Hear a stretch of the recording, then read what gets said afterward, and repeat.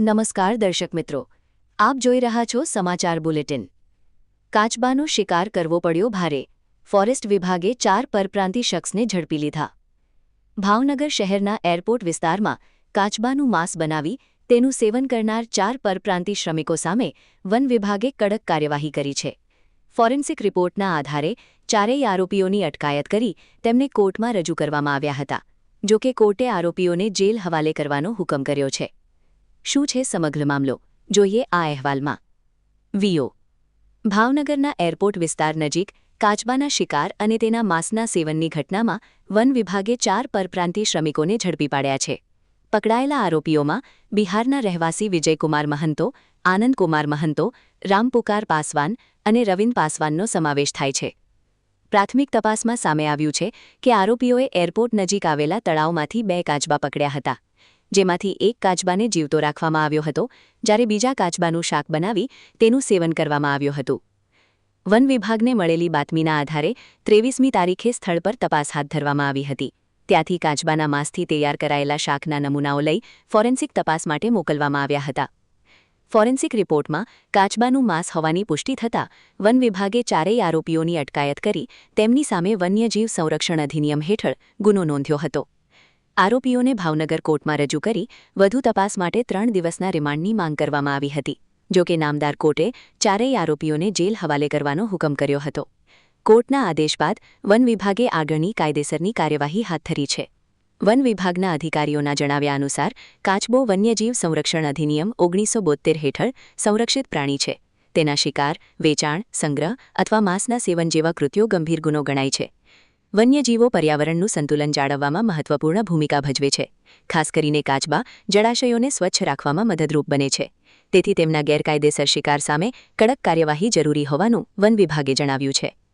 ભાવનગરના તમામ સમાચાર સૌથી પહેલા મેળવવા માટે અમારી ચેનલને સબસ્ક્રાઇબ કરો। સમાચાર બુલેટિન, રિપોર્ટર હિરેન મારુ, ભાવનગર। ઓકે સર, પહેલા આપનો પરિચય। આથી અમો બીજી Galani, range forest officer, Bhavnagar.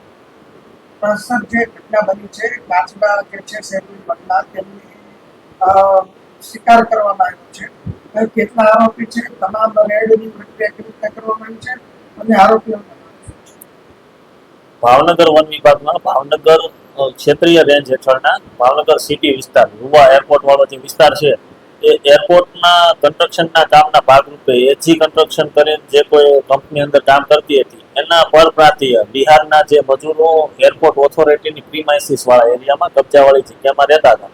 એની આસપાસનો વિસ્તાર સ્વાભાવિક છે ડ્રેનેજ ગટર કે ભેજવાળો વિસ્તાર છે, જ્યાં થોડા ઘણા પાણી ભરેલું રહે છે, એવા વિસ્તારમાંથી એ મજૂરો જે છે પરપ્રાંતીય મજૂરો તેઓ દ્વારા કાચબા લઈ અને એરપોર્ટ ઓથોરિટીમાં જે રેસિડેન્ટ વાળો ભાગ છે ત્યાં તેમને એક કાચબાનું રાંધી બાફી અને મીટ જે બનાવ્યું હતું તેઓ આરોગવાની તૈયારી કરતા હતા અને એક કાચબો તેમને ટૂંકમાં સ્પેરમાં રાખી મૂકેલો હતો। ત્યાં ભાવનગર વન વિભાગના સ્ટાફ દ્વારા રેડ કરતા સ્થળ ઉપરથી અમને જે મુદ્દામાલ મળ્યો હતો તેના સેમ્પલિંગ કરાવ્યું। ઓથોરાઇઝ પર્સન પાસેથી અમને એક્સપર્ટ અધિકારી પાસેથી ટૂંકમાં જાણવા મળ્યું કે આ જે કાચબો છે એ ઇન્ડિયન ફ્લેશ શેપ ટર્ટર છે, જે નરમ ઢાળ વાળો કાચબો આપણે ગુજરાતીમાં કહીએ છીએ।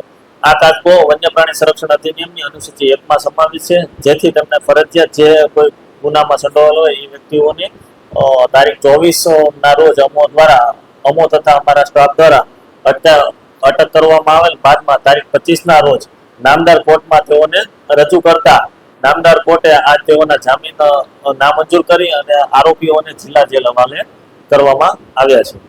સર, ખાસ કરીને વન્ય પ્રાણીઓ છે તેમના નિયમ અનુસાર લોકોને શું અપીલ કરવામાં આવે? જ્યારે પણ આવા વન્ય પ્રાણી કોઈ ગુનાહિત કૃત્ય કોઈ નાગરિક સામે આવે છે તો ભારત દેશના બંધારણ મુજબ દરેક વન્ય પ્રાણી અને પ્રકૃતિનું જતન કરવું એ આપણી નૈતિક ફરજ છે। તો આપણા નૈતિકના ફરજના ભાગરૂપે કોઈ આવું ગુનાહિત કૃત્ય કરે છે તો તમે આસપાસના વન વિભાગનો સંપર્ક કરો। આ જે પ્રકૃતિ અને વન્ય પ્રાણી સંપદા કોઈ વન વિભાગ એક હાથે તાળી નહીં પડે।